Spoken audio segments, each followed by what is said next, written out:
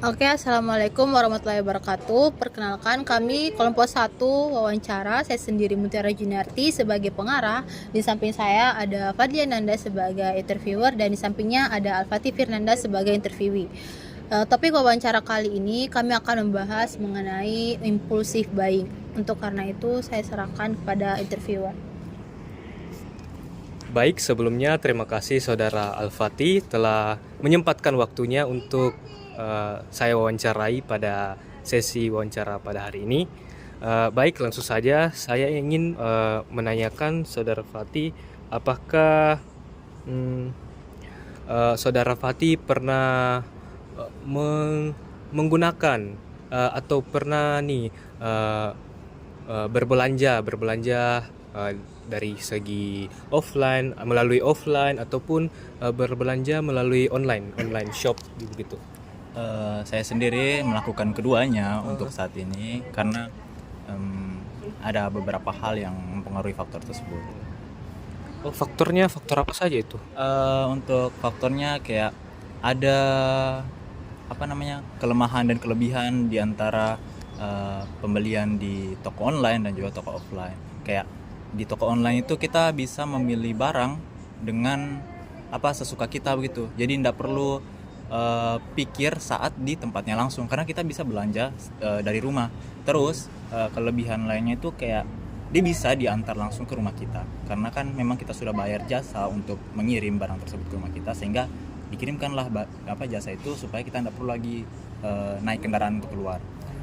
Untuk toko offline itu kelebihannya kita bisa memilih barang yang lebih beragam, karena kan biasanya kalau di toko online itu dia kayak terlalu itu aja, kadang kayak di restock itu lagi. Tapi kalau misalkan toko offline kadang dia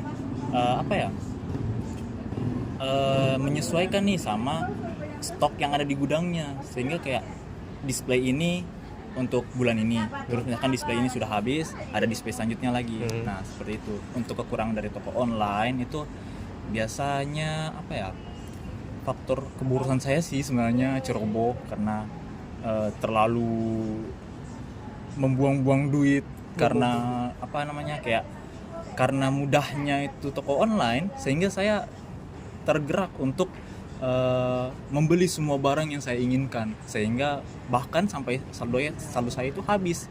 Nah, untuk kekurangan si toko offline itu sebenarnya faktor saya juga sih, karena malas begitu. Jadi saya harus butuh effort lebih untuk pergi ke toko offline. Setelah itu perlu antrian yang panjang untuk membayar sebuah barang saja kalau misalkan lagi ramai-ramainya begitu, seperti itu. Oh, jadi saudara ini yang saya dapatkan dari pernyataan saudara itu, saudara ini sering ketika berbelanja itu sering merasa tergesa-gesa. Ya. Itu alasannya kenapa?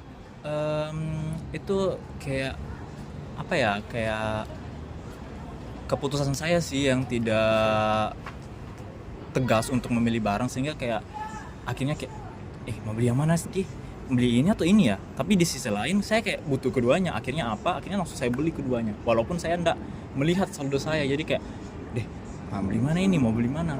Akhirnya secara enggak sadar langsung termasukkan keranjang semuanya begitu. Secara tidak sadar itu bisa misalnya saudara mengambil secara tidak sadar ini sudah ada di keranjang begitu, dan itu terjadi di kedua saat proses melakukan belanja online sama offline. Iya. Itu terjadi. Ya. Jadi bagaimana pandangan saudara ketika terjadinya perilaku yang tergesa-gesa untuk berbelanja ini? Bagaimana pandangan? Apakah ini berdampak buruk atau berdampak baik buat saudara? Menurut saya sendiri ini berdampak buruk sih, soalnya yang pertama itu membuat uang saya cepat habis. Yang kedua sebenarnya ketergesa-gesaan saya itu membuat stok dari barang tersebut cepat habis, sehingga mungkin ada orang-orang yang membutuhkan barang itu, tetapi pas dia cari barang itu habis. Dia tidak mendapatkan barang itu padahal dia sangat membutuhkan, sedangkan saya kayak pasti bisa dibutuhkan lain waktu, tapi kayak akan pendirian saya yang tidak yang sering goyah begitu. Akhirnya saya beli, kayak pasti sewaktu-waktu bakal terpakai ini deh, jadi saya beli aja deh begitu. Jadi barang-barang apa saja yang saudara sudah beli selama beberapa bulan terakhir ini? Mungkin saya ambil contoh saja dari kasus COVID kemarin. Saya cukup banyak menyetok masker saat itu, karena ya sekitar 2 atau 3 dos, karena kan saya juga mengkhawatirkan ibu saya supaya dia tidak terinfeksi oleh virus corona saat itu, sehingga saya menyetok barang tersebut besar-besaran supaya kita juga tidak keluar-keluar, supaya tidak berpapasan langsung dengan orang seintens mungkin. Oh, jadi ini waktu masa COVID. Bagaimana kalau 1 bulan terakhir ini, bagaimana proses pembelanjaan yang dilakukan oleh saudara? Kalau untuk 1 bulan ini biasanya saya sih sudah mulai jarang ya untuk membeli barang yang tidak diperlukan, karena juga kan sudah berpengalaman dari waktu kemarin, yang saya juga sudah berpikir kayak kalau misalkan saya beli ini secara tergesa-gesa, nanti kalau misalkan ada orang yang perlu juga bagaimana. Saya juga berpikir kayak kalau misalkan saya di posisinya dia, kayak kasihan juga toh, butuh lagi pergi ke tempat lain mungkin yang lebih jauh, atau memang dia butuh yang di tempat ini memang murah ini, tetapi gara-gara ndak ada akhirnya dia pergi ke tempat yang mahal, akhirnya boroslah keuangannya begitu. Jadi kayak ada pikiran-pikiran lain yang mengganggu saya supaya tidak melakukan pembelian yang tergesa-gesa itu. Jadi menurut saudara Anda itu sudah tidak merasa tergesa-gesa saat ini, atau beberapa bulan terakhir itu Anda sudah tidak merasa tergesa-gesa harus beli ini, harus beli itu? Untuk secara permanen tidak tergesa-gesanya itu enggak, karena dia pasti kadang muncul kayak, tapi seberusaha mungkin saya menahannya. Tetapi untuk toko online itu cukup sering saya merasa tergesa-gesa, karena mudahnya akses untuk mengkliknya itu yang membuat saya lebih mudah terpicu di toko online daripada toko offline. Jadi selain kemudahan akses untuk toko online, apalagi yang membuat saudara itu lebih prefer untuk memilih toko online dibandingkan toko offline? Selain tadi mudahnya akses tadi, toko online itu dia lebih murah karena dia dia langsung dari suppliernya langsung. Karena kan kalau misalkan toko offline itu biasanya dia harus dari tangan ke tangan, sehingga ada kalau misalkan dalam bisnisnya itu kayak biaya ongkirnya, biaya distribusinya, jadi kayak termakan lagi biaya distribusi, naik lagi harganya, distribusi lagi naik harganya. Akhirnya akhirnya saya memilih toko online karena murahnya itu gitu. Jadi yang saya tangkap nih, ternyata faktor naik turunnya harga itu dapat mempengaruhi perilaku tergesa-gesa dalam berbelanja. Iya, karena saya sendiri cukup memperhatikan faktor harga dan kuantitas dari harga tersebut. Jadi kayak saya membandingkan nih, kalau misalkan saya beli ini dengan jumlah segini dan harga segini, kayaknya kira-kira bakal sepadan enggak dengan yang bandingan yang B. Soalnya kayak percuma dong kalau misalkan saya dapat kuantitas yang sama tetapi dengan kualitas yang berbeda. Nah, akhirnya saya cari dengan harga yang murah tetapi kualitas juga yang bagus gitu. Oh, jadi kualitas bagus ya berpengaruh sama kuantitas. Oke. Jadi kesulitan apa saja yang saudara hadapi ketika melakukan berbelanja, itu dari online ataupun offline? Untuk kesulitan sendiri, toko online itu kan dia mudah untuk kayak keracunan begitu kalau bahasa sekarang. Kayak lihat ini barang pengen beli, karena kan di mana-mana di sosial media pasti dipasarkan begitu, dipromosikan. Nah, sedangkan saya itu kan kurang berpendirian gitu, cepat goyah, jadi kayak pengen beli. Nah, untuk kekurangan dari toko offline sendiri itu selain yang antri tadi dengan harga yang mahal tadi, saya perlu mengeluarkan uang lebih lagi untuk kendaraan, karena untuk pergi ke toko offline itu kan cukup jauh dari tempat saya, apalagi saya pergi ke toko offline itu untuk berbelanja kebutuhan bulanan gitu.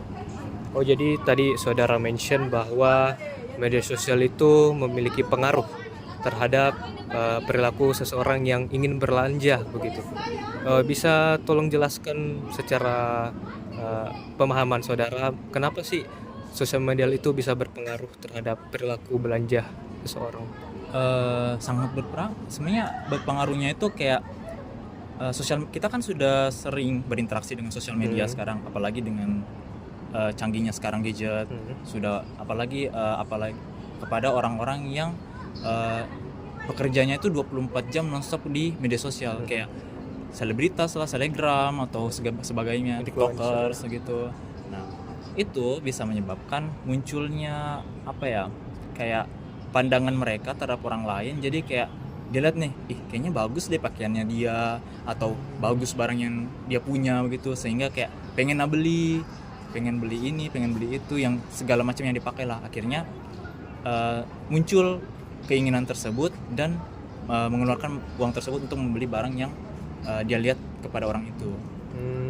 Jadi media sosial ini memiliki pengaruh besar terhadap perilaku orang ketika berbelanja, dan membuat mereka ini ingin mendapatkan barang gitu, begitu. Ketika seseorang influencer memiliki pakaian yang menurut dia itu menarik atau terlihat indah atau bagus, orang tersebut ingin mendapatkan pakaian atau barang tersebut.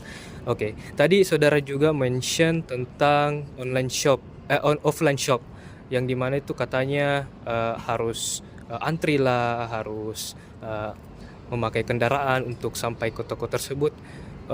Itu memang masalah bagi saudara. Iya, itu adalah sebuah masalah menurut saya, karena toko offline itu kan lebih mahal daripada toko online. Dan kalau misalkan kita butuh spend money lagi untuk kendaraan, itu saya rasa kurang worth it untuk dilakukan. Tapi sekarang untungnya kayak ada beberapa toko khususnya yang menyediakan jasa kurir, tapi itu pun butuh duit lagi buat membayar kurir tersebut. Selain toko offline nih, kan saudara sudah bilang kalau toko offline itu memiliki kekurangan atau masalahnya. Bagaimana dengan toko online? Apa toko online itu tidak memiliki masalah sama sekali, atau bahkan mempunyai masalah bagi saudara? Masalahnya sih tadi mudahnya akses, sehingga saya cepat sekali untuk menekan ini itu, yang bahkan saya tidak sengaja untuk membelinya secara tidak sadar. Oke.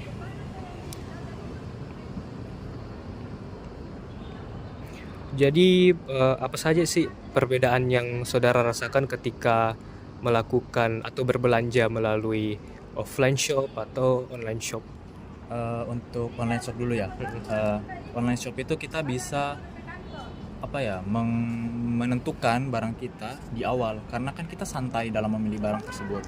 Tidak ada tekanan saat kayak antrian lah atau dempet-dempetan gitu, mau ngambil barang, permisi mau ambil barang rak ini.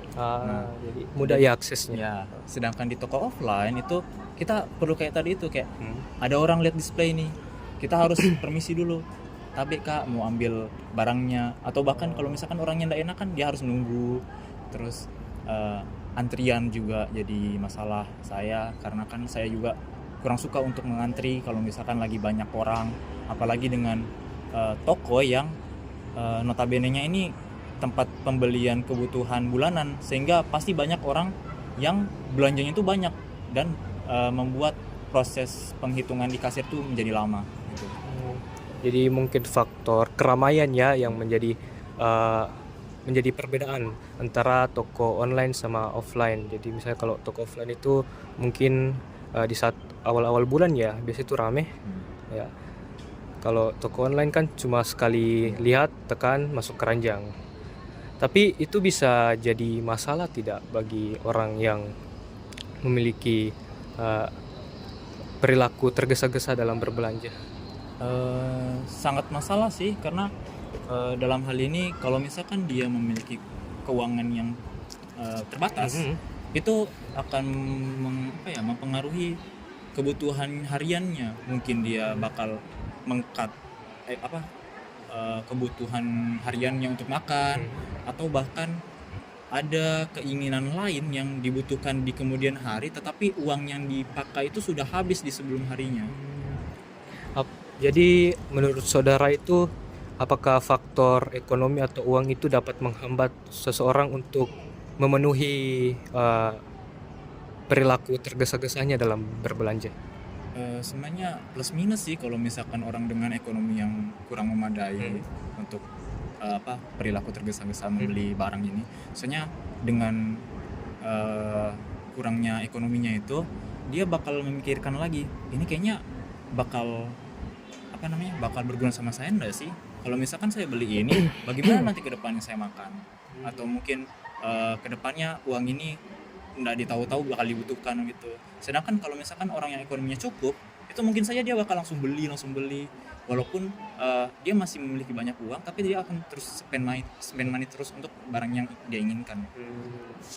Berarti kalau misalnya itu keadaan saudara nih yang sedang memiliki biaya atau dana sedang sedikit atau ekonominya sedang bagaimana? Sedang di bawah. Bagaimana sih saudara itu berusaha untuk menahan atau memenuhi perilaku yang tergesa-gesa dalam berbelanja?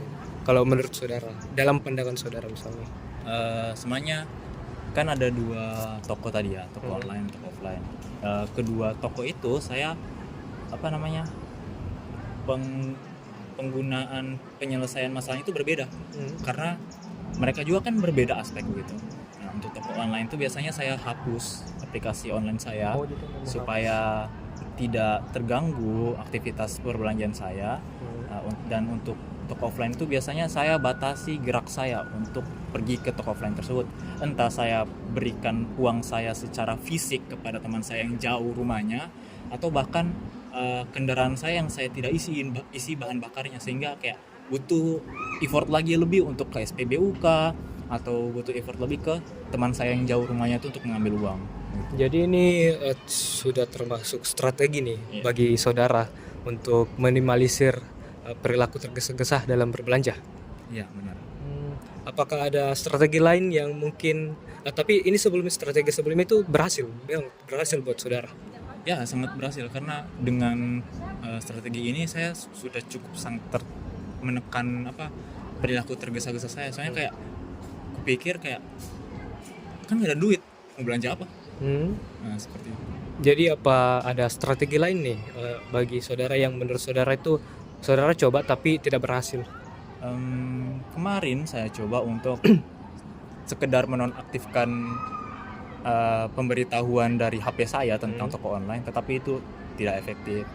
Lalu saya mengubah bentuk fisik uang saya menjadi elektronik, tetapi malah imbasnya ke toko online. Akhirnya uangnya itu bukan memang habis di toko offline, tapi habisnya di toko online. Jadi ada beberapa strategi yang berhasil ya buat saudara. Baik. Untuk itu. Jadi apa saja dampak jangka panjang yang saudara rasakan ketika perilaku tergesa-gesa ini muncul kepada saudara? Jangka panjangnya ya, kalau misalkan jangka panjang itu saya kayak takutnya kalau misalkan ini terus-menerus terjadi, saya bakal jadi terbiasa untuk kembali lagi perilaku saya yang tergesa-gesa itu. Takutnya muncul lagi pandemi, sehingga muncul lagi perilaku tersebut, dan saya menampung barang lagi untuk hal-hal yang tidak saya butuhkan.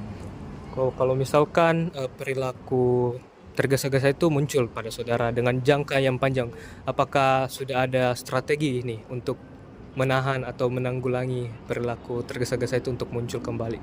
Untuk penyelesaiannya ya, sampai sekarang belum terpikir sih. Soalnya kan untuk jangka panjang kemarin saya belum menemukan solusi ya? Iya, belum menemukan solusi sama sekali, karena kan di situ masih benar-benar baru muncul impulsif buying saya.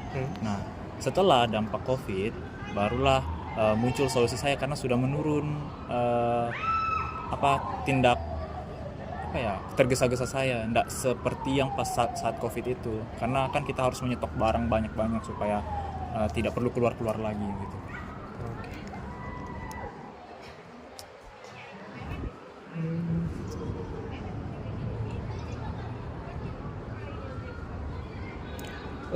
Jadi sebelumnya ini apakah saudara sudah merasakan sudah bisa nih mengontrol perilaku yang tergesa-gesa dalam berbelanja? Ya, sudah bisa. Sudah bisa. Dan apa saja sih yang saudara lakukan, misalnya ada nih diskon besar-besaran, misalnya tanggal kembar yang biasa, itu saudara langsung gas saja untuk membeli barang-barang yang ada di saat tanggal kembar itu, atau mencoba untuk menahan gitu? Sebenarnya sisi saya jadi dua macam. Sisi yang mendorong saya untuk membeli barang yang saya inginkan, dan juga sisi yang untuk supaya menahan saya untuk tidak memboroskan duit saya. Jadi kayak setiap kali ada promo besar-besaran seperti itu, kayak ini saya harus ngikutin yang mana ini. Nah, akhirnya kayak labil, dan akhirnya biasanya tertinggal promo tersebut karena sudah habis waktunya. Nah, jadinya sebenarnya ada kayak dampak positif tersendiri begitu, karena kan saya dibingungkan sendiri sama pikiran saya, dan akhirnya ketinggalan promo tersebut. Jadi hilang perilaku tergesa. Sebenarnya nggak bisa dibilang hilang, tetapi kayak tercegah perilaku tersebut. Oh, jadi saudara ini merasa kalau faktor tanggal kembar itu memang bisa mendorong perilaku tergesa-gesa dalam berbelanja. Kalau misalkan saudara sedang melakukan belanja nih di tanggal kembar, itu barang-barang apa saja yang saudara beli? Dan terus barang-barangnya itu apa? Barang-barang yang berguna buat saudara, atau barang-barang cuma asal tekan gitu, asal taruh di keranjang gitu? Biasanya untuk pembelian barang secara online itu kan lebih murah daripada offline. Otomatis orang kayak prefer ke online aja gitu. Nah, itu biasanya saya lebih gampang buat ngabisin duit saya karena mudahnya akses. Jadi kayak sebenarnya sudah ada di keranjang, tinggal check out aja. Nah, kadang beberapa kali nggak sengaja kena check out, walaupun saya sadar akan konsekuensi tersebut, akan konsekuensi uang saya akan habis. Nah, itu dampak yang saya rasakan sih. Itu barangnya apa saja? Untuk barangnya itu kadang barang-barang yang nggak terlalu berguna buat nggak saya berguna sih. Jadi saudara itu kadang membeli barang-barang yang tidak berguna. Iya. Dan itu secara tidak sadar kah? Antara sadar nggak sadar sih, soalnya kayak sadarnya itu sadar kalau misalkan itu dampak negatif, tapi kalau misalkan nggak sadarnya kayak ya udahlah beli aja, nanti juga berguna gitu. Oh, begitu ya. Jadi saudara ini mengatakan sebelumnya kalau toko online itu dengan toko offline itu memiliki kelebihannya masing-masing. Saya masih ingin tahu, itu barang-barang apa sih yang saudara prefer untuk beli di toko online, dan barang apa sih yang lebih cocok untuk dibeli untuk beli di online shop gitu bagi saudara? Kalau untuk online shop itu biasanya saya beli tentang alat-alat aksesoris, terus juga kayak baju gitu. Terus biasa juga saya beli beberapa macam hal seperti alat masak. Soalnya kan saya memiliki dapur sendiri di kos saya, sehingga saya butuh alat-alat dapur untuk memenuhi kebutuhan harian saya untuk makan. Oh, jadi saudara lebih prefer itu untuk online shop barang-barang aksesoris atau elektronik, sedangkan untuk online itu lebih barang-barang kebutuhan berbelanja kayak makanan offline, ya. Kalau saudara itu kan online sama offline nih, itu aplikasi apa yang saudara lakukan untuk yang gunakan untuk online shop? Kalau online shop sendiri saya biasanya menggunakan aplikasi Semera, dan mungkin saya langsung tambahkan saja untuk toko offline. Biasanya saya belanja di si toko hijau itu yang berada di Hertasning sana. Jadi saudara itu menggunakan aplikasi toko merah untuk online.